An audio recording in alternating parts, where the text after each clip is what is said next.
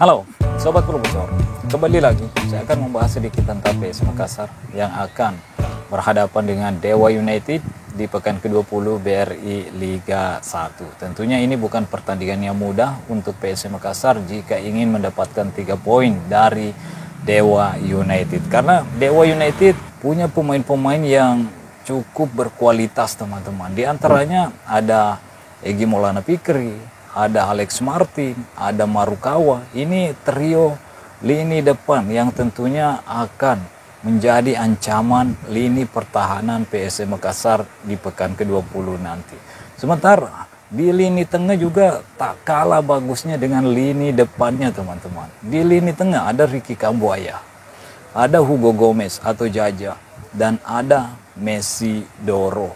Ini ketiga pemain ini yang akan menjadi kreator serangan dari Dewa United. Sehingga lini depan Dewa United tentunya akan mendapatkan bola-bola manja, umpan-umpan yang manis dari ketiga gelandang ini, teman-teman. Begitupun dengan di lini belakang ada Niko, ada Repatari, ada siapa lagi? Atabala, dan di bawah Mister Gawang ada Stephen, teman-teman. Jadi ya, pemain dari Dewa United ini adalah pemain-pemain bintang, bisa dikatakan seperti itulah, teman-teman.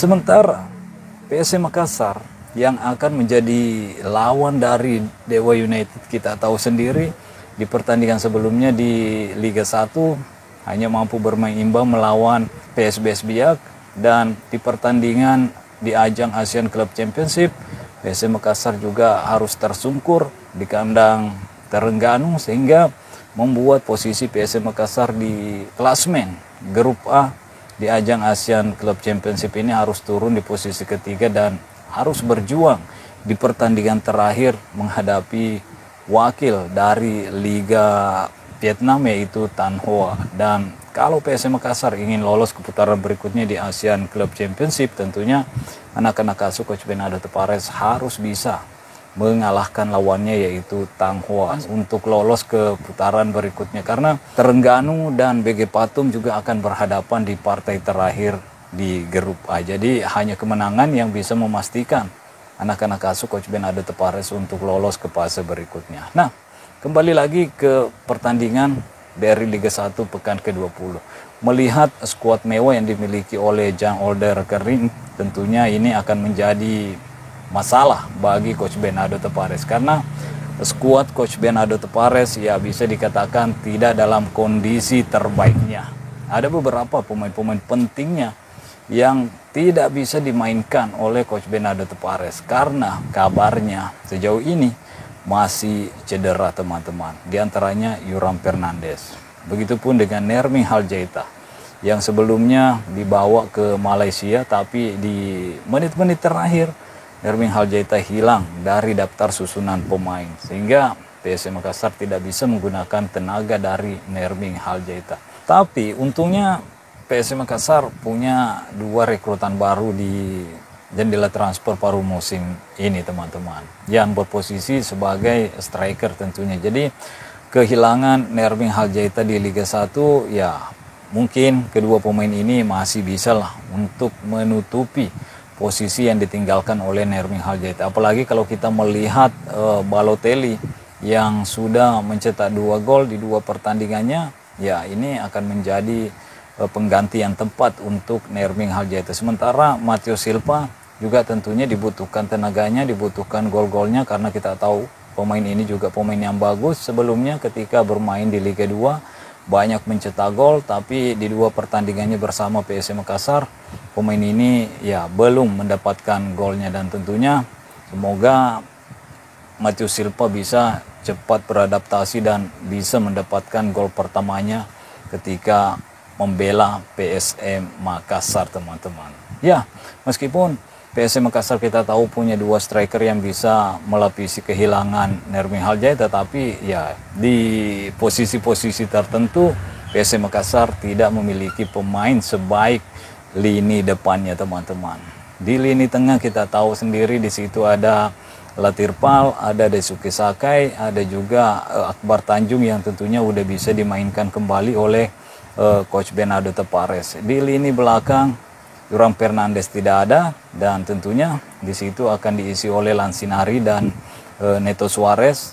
Di sisi kiri akan diisi oleh Victor Luis tentunya teman-teman, dan di sisi kanan ini nih siapa yang akan mengisi, saya masih abu-abu di sini. Apakah Rizky Eka Pratama atau Mufli Hidayat udah ke Timnas U20? Kalau udah ke Timnas U20 tentunya di situ ya akan tersedia Rizky Eka Pratama yang sebelumnya juga pernah mengisi sisi kanan PSM Makassar. Kalau bukan ya mungkin siapa ya, Dapa Salman yang juga mungkin akan mengisi posisi tersebut jika Rizky Eka tidak dikasih kesempatan untuk bermain di posisi tersebut teman-teman. Dan tentunya saya berharap Coach Bernardo Tavares ya memilih pemain-pemain yang tepat untuk mengisi posisi-posisi tertentu. Karena kalau berkaca di pertandingan melawan Terengganu di ASEAN Club Championship, ketika menarik Mufli Hidayat dan memasukkan gelandang Ananda Raihan, ya pas banget gitu. Ananda Raihan masuk, Ananda Raihan mendapatkan pelanggaran, yaitu handsball di dalam kotak penalti PSM Makassar, sehingga wasit memberikan penalti kepada Terengganu yang membuat PSM Makassar kalah di pertandingan keempatnya di ASEAN Club Championship hanya karena penalti ini teman-teman. Tapi ya secara keseluruhan khususnya di babak kedua PSM Makassar bermain cukup baik di pertandingan itu, tapi sayangnya tidak bisa mendapatkan gol penyeimbang untuk PSM Makassar. Jadi saya tentunya berharap di pertandingan melawan Dewa United, meskipun kita tahu ini akan menjadi pertandingan berat, pertandingan sulit karena Dewa United punya pemain-pemain yang berkualitas di dalam skuadnya, sementara PSM Makassar kita tahu banyak pemain-pemainnya yang tidak bisa digunakan oleh Coach Bernardo Tavares. Sementara di kubu Dewa United, Jang Older Rekering selaku pelatih kepala dari Dewa United bebas memilih pemain-pemain terbaiknya untuk melawan PSM Makassar, karena di dalam skuadnya tidak ada pemain yang cedera, tidak ada pemain yang terkena akumulasi kartu. Jadi tentunya ini akan menjadi pertandingan yang berat untuk Coach Bernardo Tavares, untuk anak-anak asuhnya juga. Tapi tidak ada yang tidak mungkin teman-teman. Kalau para pemain-pemain PSM Makassar bekerja keras dan bisa mengatasi permasalahan yang ia hadapi di dalam skuadnya, ya tentunya bukan tidak mungkin PSM Makassar bisa mengalahkan skuad terbaik Dewa United. Karena PSM Makassar udah pernah menunjukkan di pertandingan-pertandingan sebelumnya banyak mengalahkan tim-tim kuat. Apalagi saat ini PSM Makassar dan Dewa United sama-sama mengoleksi 31 poin. Jadi tentunya untuk PSM Makassar jika ingin naik dari posisinya saat ini posisi ke-6 untuk naik ke posisi ke-4, ya tentunya hanya dengan kemenangan yang harus ia raih ketika menghadapi Dewa United di pekan ke-20 BRI Liga 1. Jadi gimana menurut teman-teman semua, apakah PSM Makassar mampu mengalahkan Dewa United di pekan ke-20 ini, atau Dewa United akan membuat PSM Makassar menjadi korban ketiganya di putaran kedua musim ini? Kita akan menyaksikannya pada hari Senin nanti teman-teman. Oke, mungkin sampai di sini dulu. Stay healthy, no baper-baper. Bye-bye.